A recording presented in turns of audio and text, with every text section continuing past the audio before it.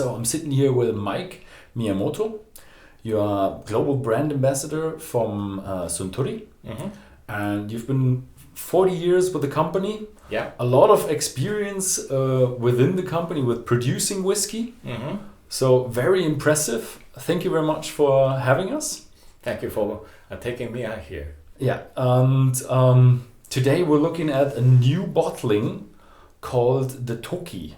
So what does Toki mean? Because we just see it as a letter. Yeah. Well, Toki means time and also season. You see, whiskey needs time to get matured. I think that we thought that Toki is a perfect naming for the new product to be produced and introduced to the rest of the world. It's not available in Japan though. We really, looked for the outside market. Okay. So it's for the international market? International market, but oriented. Oriented. Yeah. Interesting. So what is inside the bottle? What can we expect from the Toki? Yes, a Toki is a blended whiskey, and blended whiskey of Hakushu malt, Yamazaki malt, and Cheetah grain whiskies. Okay. And if you talk about the blended whiskey, usually we have a concept of the blended whiskey. The regular concept of blended whiskey is like a pyramid style. You see, grain whiskey plays at the base, at the bottom of the pyramid, then which sustain, the malt whiskey to enhance the malt whiskeys. Then on the top, on the very top, dressing malt is there to characterize the blended whiskey. That's how we actually make the blended whiskey. If you are blenders, okay, 99.9% of the whiskey in the market follow that idea. Pyramid style concept. Yeah, I've heard that the Japanese culture is all about blending whiskey, and I've heard that the master blender is actually in the hierarchy is above the master distiller. That's right. Because he kind of creates the complexity and style. That's right. Okay. Yeah. Can we have a try? Yeah, why not?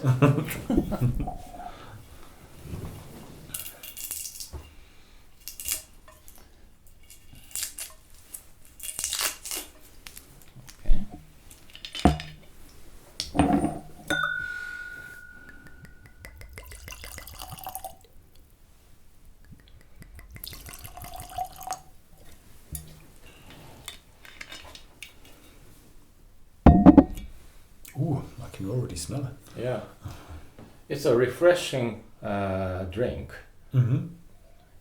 You see, and also Toki's got an theme about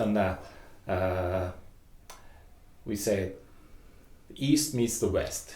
East meets West. Okay. You see, we learned how to make whiskey from Scotland.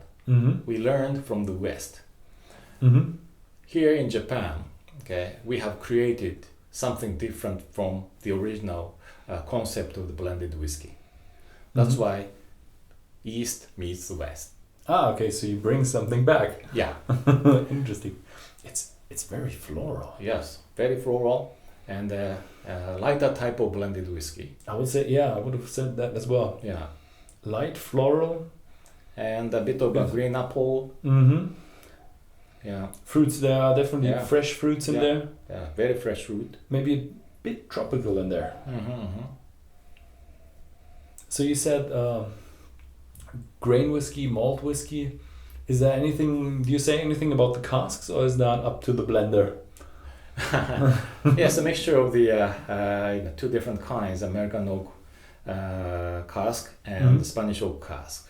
Okay, mixture of Spanish and American. Yeah. Nice. But I think the feature of Toki is originated from the Hakushu malt. Very Hakushu malt is lighter than Yamazaki malt. Yamazaki malt's got the more intense aroma compared to Hakushu. But for Toki, we decided to use more from Hakushu malt, which gives the lighter, sensation. And also to give the grain whiskey a sort of a leading role, we pick up a heavy type Chita grain whiskey. At Chita, we make 3 different kinds of grain whiskeys. It's very unique. Usually at the grain distillery, they make, particularly in Scotland, at the grain distillery, they make just one style. But at our Chita grain distillery, we make 3 different kinds. Heavy type, medium type, and clean type. So for Toki, we just pick up a heavy type grain whiskey from Chita distillery to match the strengths of Hakushu malt. So with heavy type grain whiskey, if you sip it, you will realize it's really nice and sweet. Okay, sweetness coming from grain whiskey, and the floral note coming from Hakushu malt. It's a perfect match. But that's not complex enough. That's why we use small portion of Yamazaki Spanish oak cask whiskey, which is usually known as a sherry cask whiskey. Nice. I'm really excited about. How much ABV you looking at? 43%. This is another strength that we think and we have on the blended whiskey. I think most of the Scotch whiskies or other whiskies reduced ABV from 43 to 40% these days. I don't know when it happened. I would say last 10 years or so. Most of Scotch whiskey reduced from 43 to 40. But when we introduce Toki, it's not in the luxury category, it's in the premium category, but still maintain the dignity of luxury category to have the 43%. Bit higher ABV. Yeah, ABV is really important.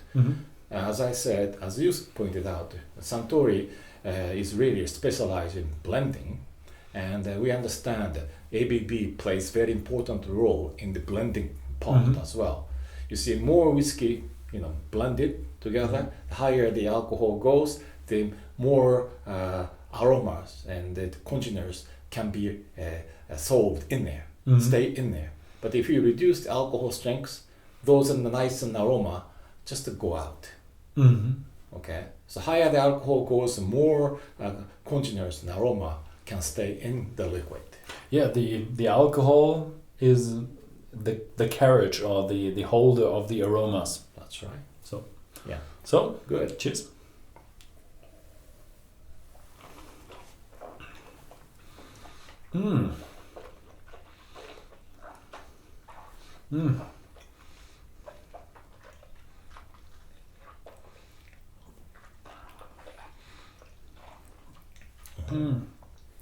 It's very oily. It's very creamy, and from the taste, I would have expected more of a lighter type.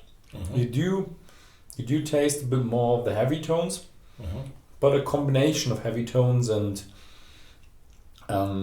floral and fruity notes. So what do you think?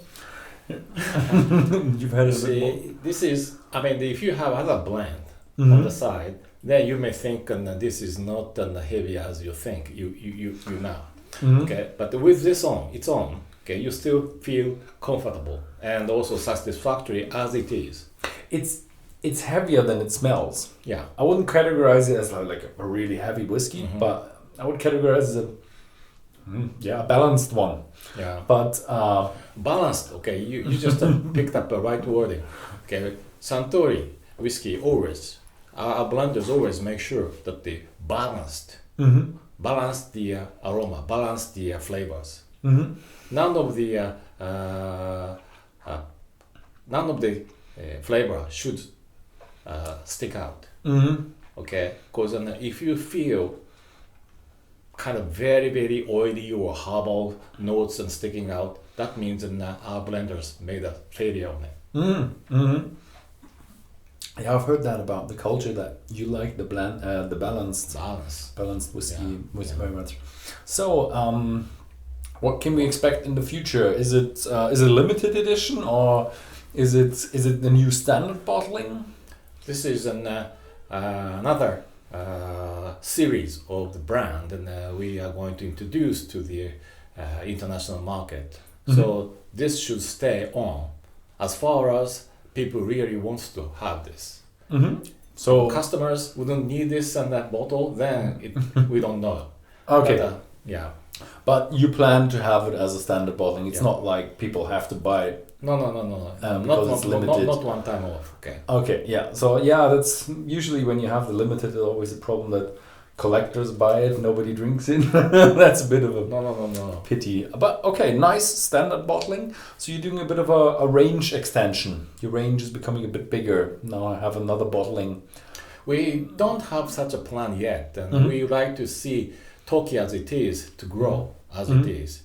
Okay. Then after 10 years or so, you never know what we are going to do next. First of all, we like to grow this brand. Okay. Nice. Okay. We had a bit of, during the last, I don't know what to say, month, weeks, we had a bit of a talk that the Japanese whiskey industry is a bit of a crisis. There's a bit of a shortage of whiskey. The prices are rising and there's not enough to buy. Is that true in Japan? Well, it's true in Japan that, I can't buy Yamazaki 12 and Hakushu 12 and Hibiki 17 on the shelf at the liquor stores these days. It's very difficult to find one. Ooh, even the Hakushu 12. Oh, or the Yamazaki 12. Oh my God, it's becoming really bad. Yeah, so it's bad. It's really bad. Okay. But that's the reality. Yeah. Yeah, but if you have a 12-year-old whiskey, you should have known it. When was that? 12 years ago would have been 2006. Nobody knew that it was going up. So, but are you increasing production? We have geared up on production, I think, 5 years ago, and expanded the capacity of the distilling at both Yamazaki and Hakushu distillery. So last 5 years, we just pushed our limit. Oh, okay. Really geared up and to produce as much as possible. So, but only 5 years. We need a bit of more years to come to actually sustain the growth of the demand. Okay, so in 5 years' time, we're gonna have hopefully, or 7 years' time for the 12-year-old, we're gonna get increase in supply. Hopefully, when we're not having another steep increase in demand, otherwise we're short again. So I've heard that you were distillery manager at Hakushu.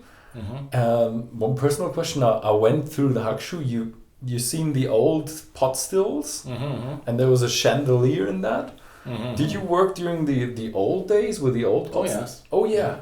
Okay. Did you always used to have the chandelier?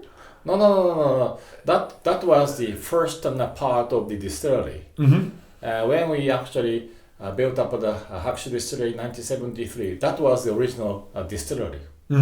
And but 1980, I would say 1981, we built up a current distillery. Because we needed different styles of whiskey at one distillery. Because when we opened the Hakushu distillery in 1973, we had one major brand which is called Suntory Old, which was selling about 12 million cases a year. 12 million cases a year one time. To sustain that volume, we just needed a big malt distillery to just make the same kind of malt whiskey to actually give enough volume to sustain the growth of Suntory Old. But 1983 was a peak year for that. But after that, production and also sales volume of Suntory whiskey constantly dropped in the next 25 years. So we didn't need that sort of a big distillery which just produce only one type. That's why we actually stopped that production in 1990 some. I forgot the exact year. Then move on to all the production in the current distillery. Yeah. It's a legacy of old days. Yeah. And with chandelier. Yeah, it was really nice. So everybody who goes to Japan, I highly recommend to go to Hakushu because it's just a very... It's a kind of heritage. Wow, it's a beautiful place. Yeah, when you're down at the road and you see the pot still on the road and you think, oh cool, there's something up there, and there's a whole campus. I think you have a bird place as well. That's a bird sanctuary. It's a bird sanctuary, and you have the old with the chandelier, the old pot stills, and I think you have a tower as well, right? Yeah. And kind of a small kind of not small, medium kind of museum. Yeah, it's a whiskey it's museum. It's a really nice place. So yeah, I was glad I was there. So yeah, thank you very much. Thank you very much for the interview. Yeah. Thank you very much for watching. If you found this video interesting, then please feel free to share it with your friends, and see you next time.